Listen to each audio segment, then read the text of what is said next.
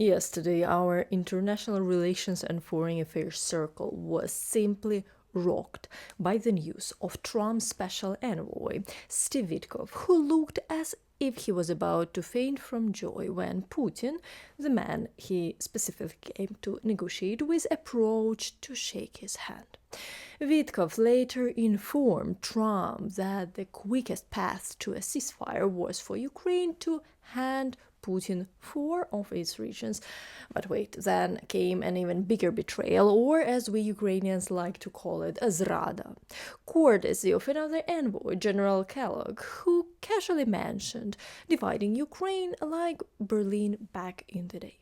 After facing a wave of outrage, Kellogg swiftly clarified that everyone just misunderstood him. Classic, right? But let's take this step by step. I'm Maria Drutska and I will tell you about it and much more. And to help spread the truth, please like this video and support Ukrainian content. So a week after his meeting with Russian Representative Dmitriev in Washington, U.S. Special Envoy Steve Witkoff met with Trump at the White House, delivering a clear message. For rapid negotiations results, Ukraine should surrender 4 regions: Donetsk, Luhansk, Kherson, and Zaporizhia. Areas where Moscow staged sham referendums in 2024, as Reuters reports citing their sources. Who is Dmitriev and why Putin sent him for negotiations? I explained in my previous videos. Take a look, it's quite revealing. I will leave the link in the description below.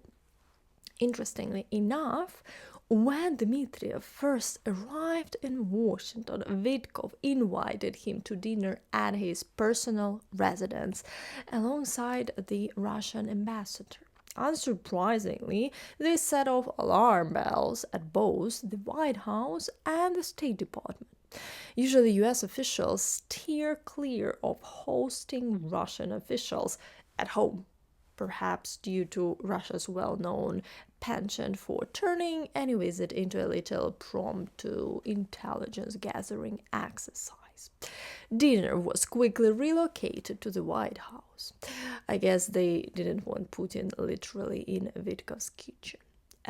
Anyway, the Putin-Witkoff meeting yesterday took place at the Presidential Library in St. Petersburg and lasted 4.5 hours. Russian media reports that Putin's aide Yuri Ushakov and Special Representative for Economic Cooperation, that Kirill Dmitriev, were also in attendance. Comments from viewers beneath the video of Witkoff eagerly awaiting Putin's arrival are priceless. Witkoff's reaction to seeing Putin resembled a kid meeting a Santa Claus for the first time, complete with the hang-on heart gesture. You can see the clip on my Twitter. By the way, follow me there. I post regular updates. Also worth noting, Witkoff gave an interview to Tucker Carlson, infamous for his cozy chats with Putin and spreading outright disinformation about the war in Ukraine. Witkoff claimed that the biggest obstacle to ending what he conveniently termed an armed conflict is Crimea and parts of Donetsk, Luhansk, Zaporizhia, and Kherson regions. Amazingly, he believes Putin, who started this war against Ukraine, doesn't want to conquer the entire country.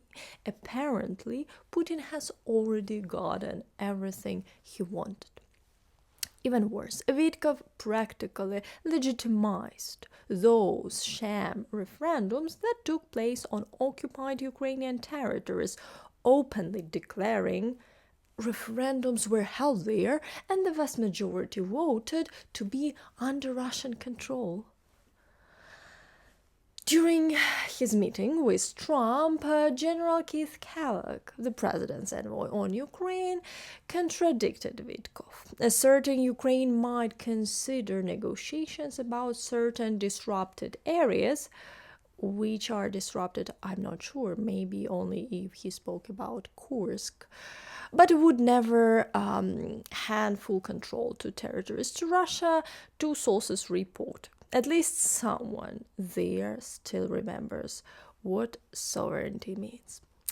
Interestingly enough, following yesterday's revelations, it has emerged that Witkoff's stance is raising increasingly serious questions even among Republicans themselves.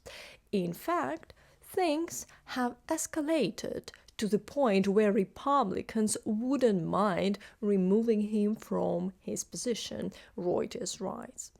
His suggestions triggered outrage among other Republicans who now fear that the Trump administration might have swung a bit too enthusiastically towards Moscow, almost as if they are competing to be Putin's employee of the month.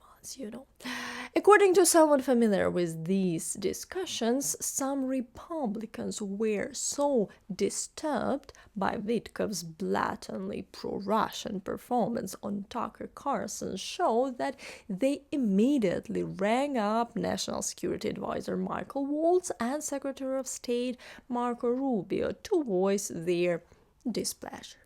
For US allies, this internal squabbling and the absence of any clear roadmap towards peace have only deepened concerns that the US generally has no coherent plan on how to end the war in Ukraine. Two European officials who recently spoke with the US administration revealed that the negotiation team faced heavy pressure to deliver quick results, and they are increasingly worried that Washington might take reckless actions that could undermine not only Ukraine but Europe's own security structure. Two senior Western diplomats in contact with the US administration bluntly stated that Washington has no clear plan for how to proceed if Russia decided to keep stalling, because clearly nobody in the White House saw that Putin might lie to everyone. Before I continue, I want to thank all of you who send coffees and buy me a coffee and become Patreons. Please do so.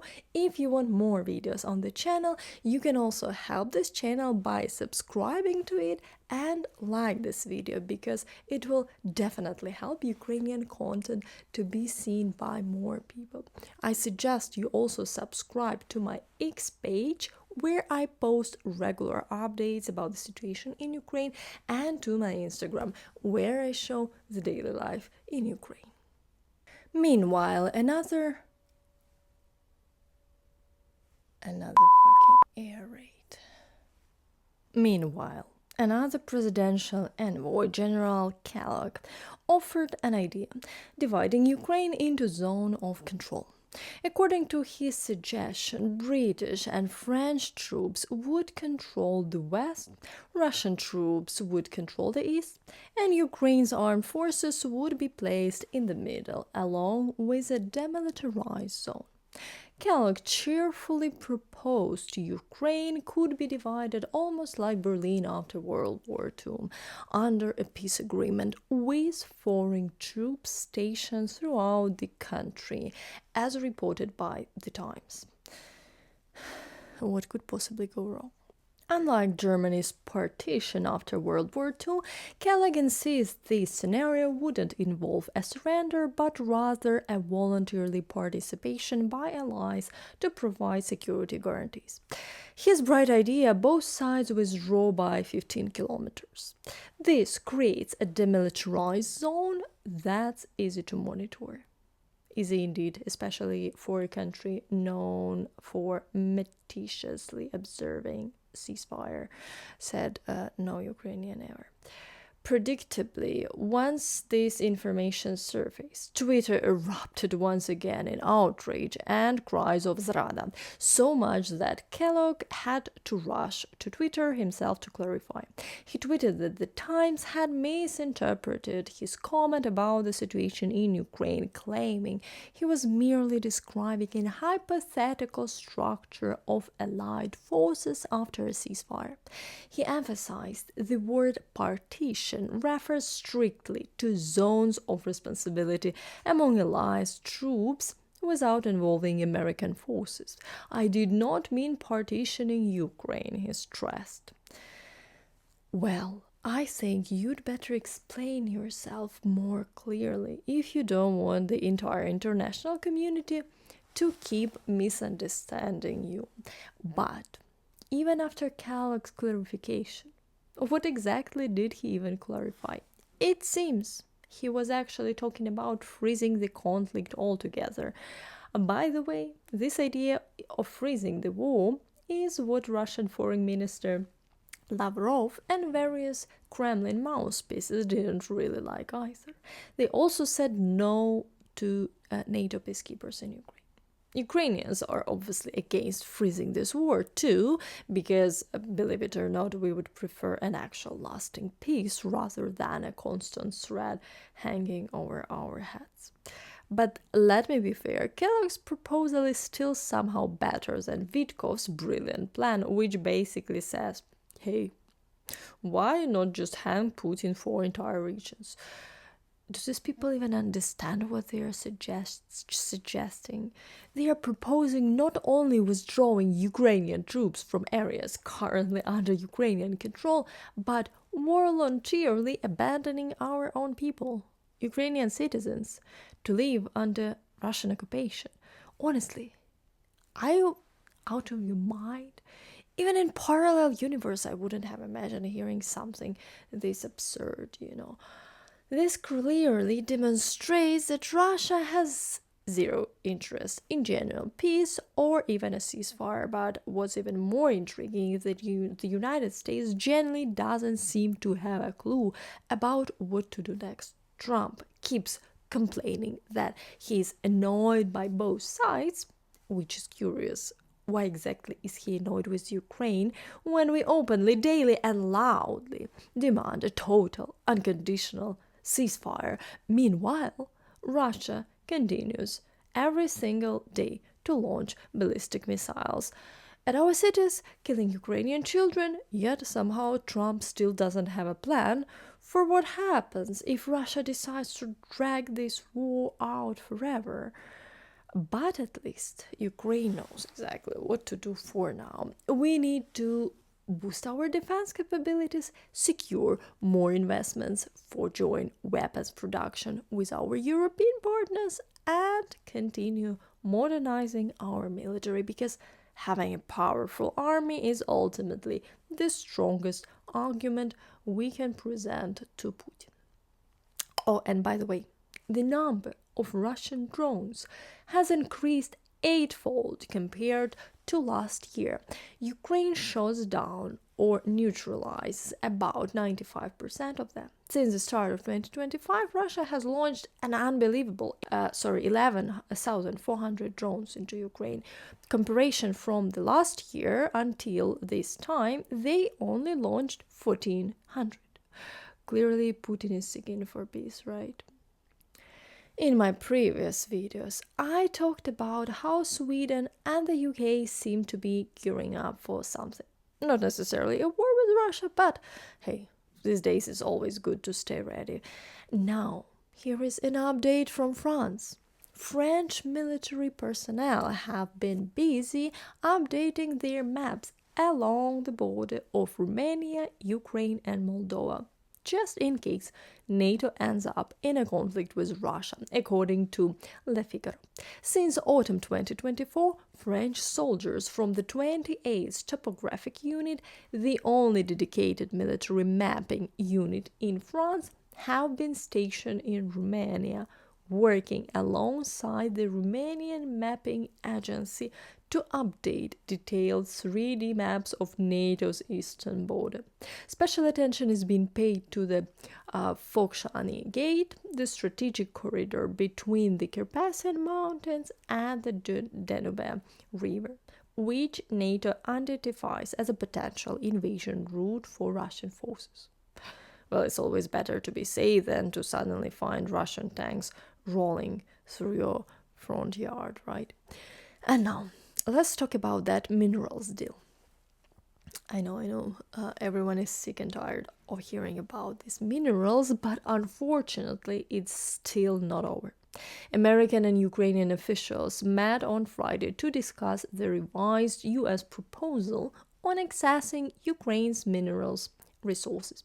Reuters, citing sources familiar with the meeting, described the talks as taking place in an extremely tense and antagonistic atmosphere. Apparently, Trump's administration significantly toughened the conditions compared to the previous draft of the agreement. A source described the negotiations as having a hostile tone, labeling the proposal as maximalist. The U.S. Treasury confirmed the meeting occurred, blandly characterizing the discussion as merely technical. The revised proposal would grant the United States priority access to Ukraine's mineral deposits and, here is a kicker, all revenues, whether from state or private companies, would flow into a joint investment fund. But interestingly enough, the draft conveniently omits any kind of security guarantees for Ukraine, something Kyiv unsurprisingly sees as essential, especially given an ongoing war with Russia. One particularly controversial clause mentioned by Reuters sources involves potential control over Ukraine's gas transportation infrastructure. Specifically, it suggests handing management of Gazprom's pipeline running through Ukraine to the American International Development Finance Corporation. Because nothing says partnership like someone else entirely controlling your infrastructure, right? To make sense of this mess, the Ukrainian side has enlisted the international law firm Hogan Lovells to analyze and assess the proposal. President Zelensky previously emphasized that any agreement concerning natural resources must be mutually beneficial and contribute to the modernization of Ukraine's economy. Well said, Mr. President, but considering the latest 60-page draft received earlier this week, which covers not only rare earth metals, but basically everything underground, plus production and logistics facilities, and even portions of port infrastructure used for exports, it sounds less like cooperation and more like a garage sale for Ukrainian sovereignty. That's it for today. I want to thank all of you for supporting Ukraine, watching Ukrainian content. Please like this video, and if you really liked it, and you want more videos, you can support the channel's development on Patreon or buy me a coffee. The empire will fall. See you soon, and Slava Ukraini!